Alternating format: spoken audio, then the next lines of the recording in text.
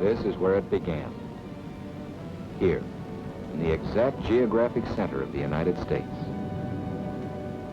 Grand Island, Nebraska.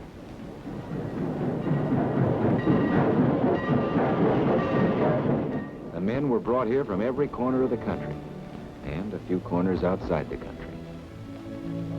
They were a hand-picked American mixture of draftees and West Pointers, of butchers, teachers, and bankers, of your sons, husbands, and fathers.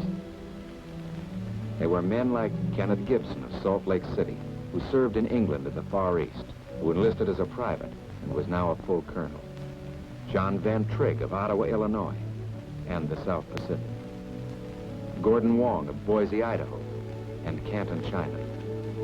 Fred Montgomery, a B-24 gunner from the Aleutians. Harry Brand, a B-17 flight chief, decorated in the battles of Guadalcanal and Midway. They were men who had flown in forts or liberators in all of the combat theaters. But now they were introduced to a ship that was something else again. She was the B-29, the Superfort, with 2,200 horsepower in each of 4 engines, with a fuel capacity equal to that of a railroad tank car, a tail that climbed 2 stories into the air, a body longer than a Corvette, designed to carry more destruction and carry it higher, faster, farther than any bomber ever built before.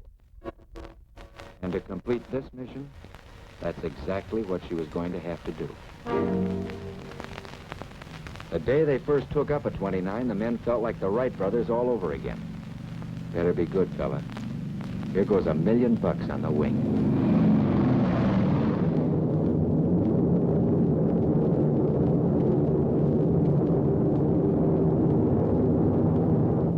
By the second flight, they were in love with the ship.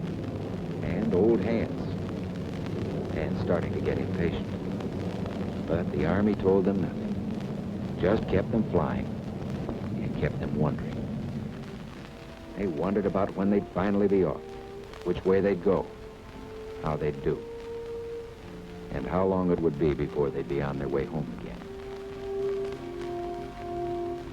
Well, while they were wondering, the big wheels decided. Almost the first the men knew about it. It was 5 in the morning and they were on their way.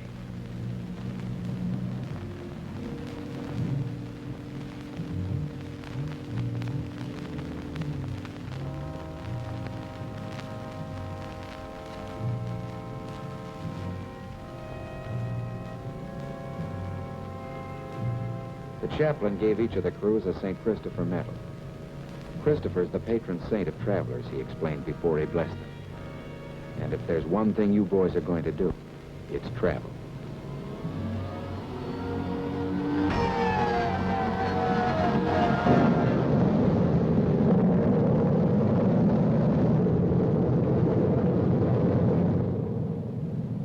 The chaplain was right.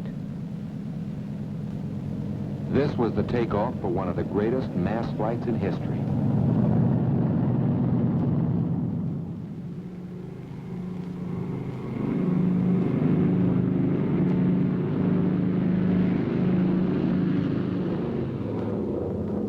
21st lap, from Grand Island, 1,321 miles westward, to Mather Field, California.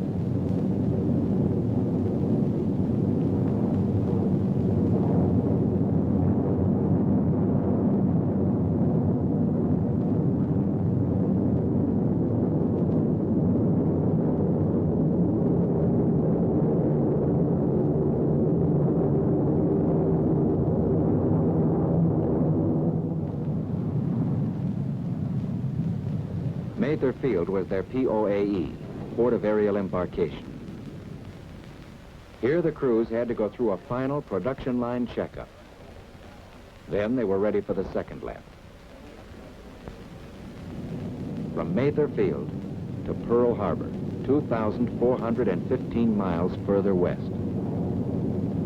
When they passed over the Golden Gate Bridge, it was like having a door shut in their faces. So long, California. So long, USA. On this first over-water hop, it was the navigators who were on the spot. With all their fancy equipment, their minds still had to make the final calculations. An error of 2 degrees would wind their ship up over nothing but ocean, with empty gas tanks.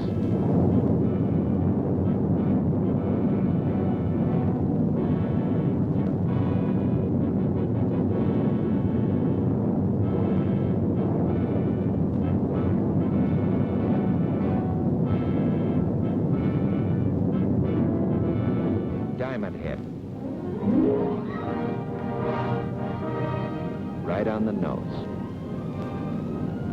Good old navigator. The crews relaxed. Now they began to think about hula girls and the beach at Waikiki. At Pearl Harbor, however, they found themselves restricted to the airfield. The only hula girls they saw were painted on the doors of the PX.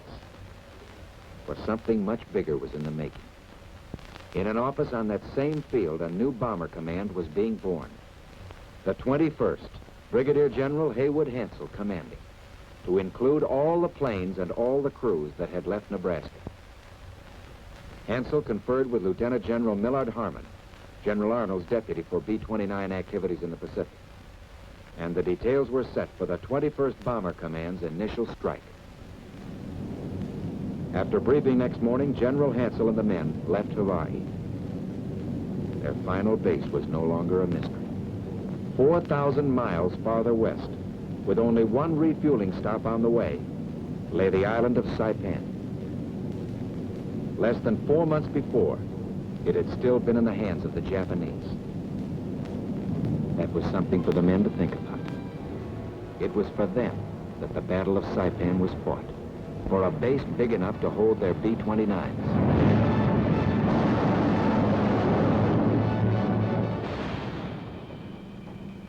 Soldiers, sailors, and Marines paid a price for that base. Afterward, aviation engineers and service groups sweated over it.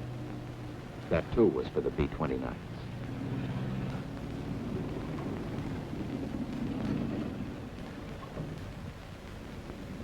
Realizing it made every man anxious to get there, to make Saipan pay off.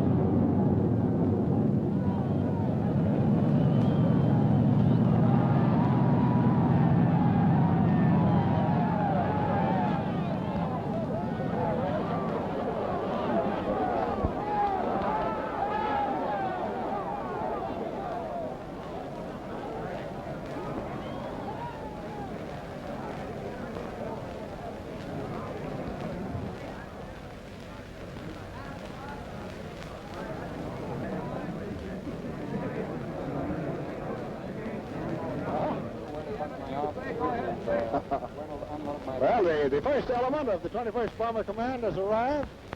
When we've done some more fighting, we'll do some more talking. Thank you.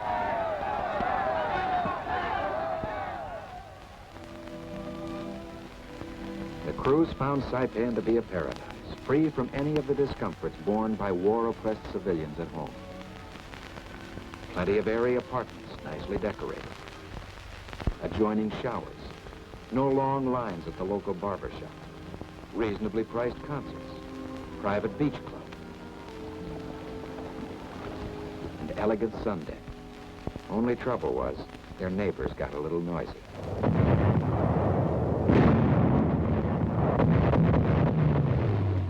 B-29s on Saipan were like artillery pointed at the heart of Japan. The MIPs made a desperate attempt to knock the base out. They came over at night, too. They paid admission. But they got some of ours.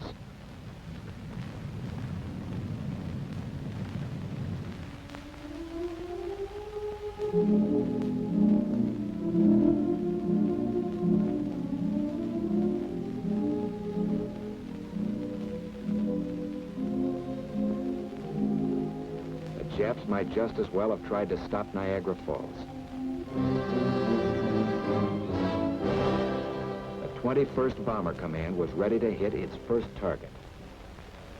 Our target for today is one of 3 of the Nakajima aircraft plants located 11 miles west of Tokyo. The men had hoped the first one would be Tokyo, and they were delighted. But they weren't kidding themselves. Not even those who'd been over Berlin or Ploiesti or Vienna. London to Berlin and back was 1,000 miles. The Foggia-Ploiesti run, 1,150 miles. The Foggia-Vienna run, 900 miles. But Saipan to Tokyo and back was over 3,000 miles. No land-based planes had ever hit this target before. Crew chiefs and maintenance men worked right through the afternoon and night.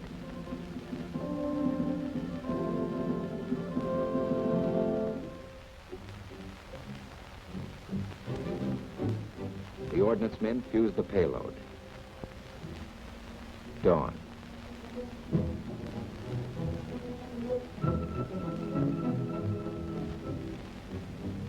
The coolness reminded them of that other dawn not so long ago in Nebraska. Only now they were sweating. It was kind of funny to think of themselves making history.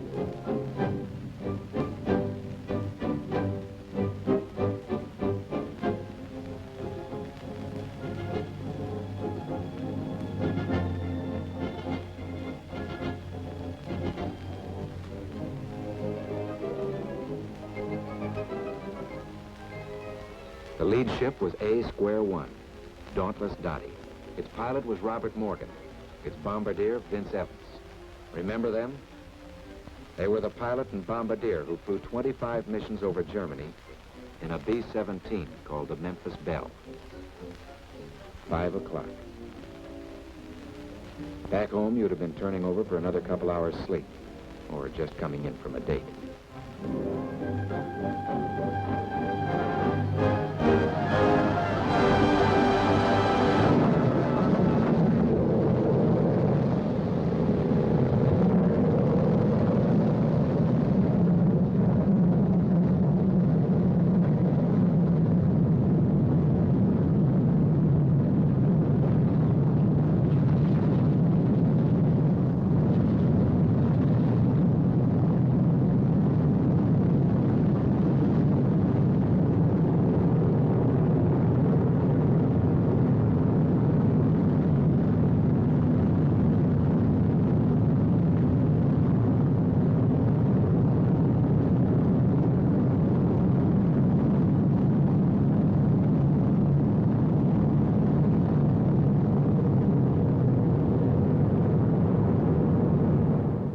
Superfort carried well over 7,000 gallons of gas, more than 6,000 rounds of ammunition.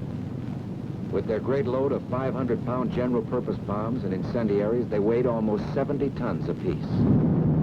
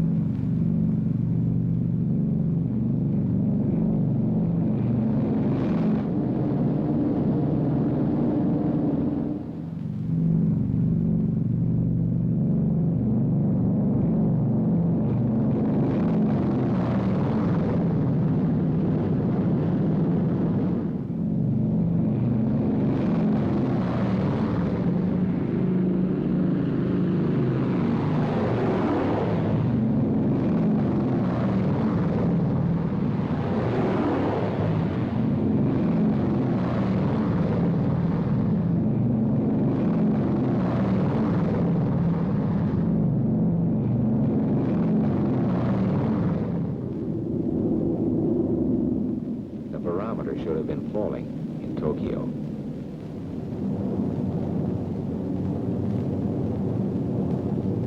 This was the final lap of the long mission. Over 10,000 miles, almost halfway around the world, to return a visit that had been paid to Pearl Harbor 3 years before. Pearl Harbor was on their minds now. The 2,000 American dead, Hickam Field in flames, the Arizona and the Oklahoma and the Pennsylvania. There were other things on their minds. There was the triumphant feeling of being the first, the advance guard of a long procession of superforts that would smash Tokyo. There was the grim satisfaction of making the Nipponese High Command eat its words. Tokyo, the Japanese High Command had broadcast, is out of range of land-based American bombers. There was the uncertainty, the fear of the unknown. 1,600 miles lay between them and their target. What kind of a defense would the Japs put up? How much flak? How accurate? 1,600 miles lay between the target and getting back to Saipan. How many of them would get back? They recalled very clearly the fate of the Doolittle flyers who had crashed in Japan and been captured.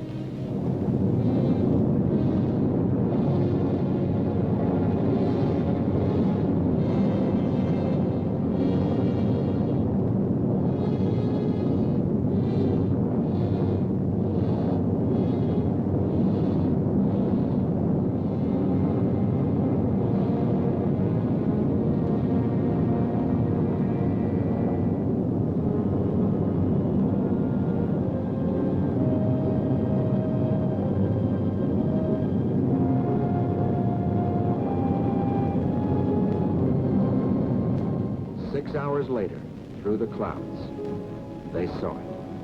Fujiyama, ancient symbol of Japan.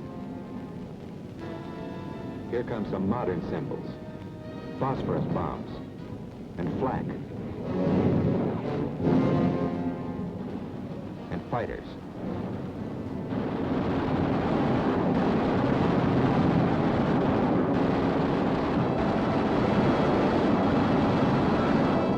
Inside a superfort, you can't see its guns. You fire by remote control.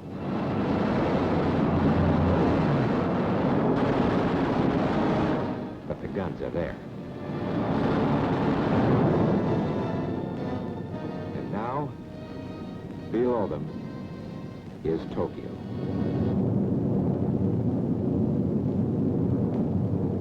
Within a radius of 15 miles of the Imperial Palace live 7 million Japanese. A people we used to think of as small, dainty, polite, concerning themselves only with floral arrangements and rock gardens and the cultivation of silkworms. But it isn't silkworms, and it isn't imperial palaces these men are looking for. In the suburbs of Tokyo is the huge Nakajima aircraft plant. Well, Bud, what are you waiting for?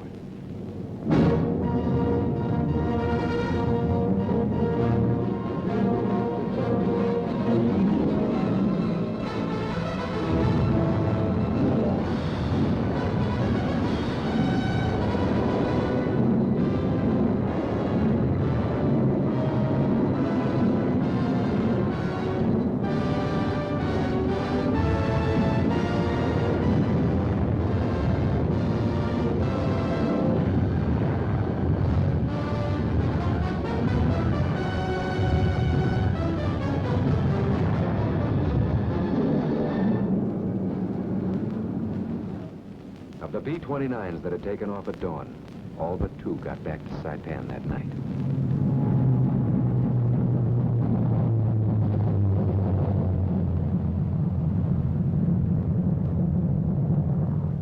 And that's where it ended. The first superfortress mission to Tokyo. But more than an ending, it was a beginning. As the commanding general of the Army Air Forces put it, no part of the Japanese Empire is now out of our range. No war factory too remote to feel our bombs. The battle for Japan is now underway with full speed ahead.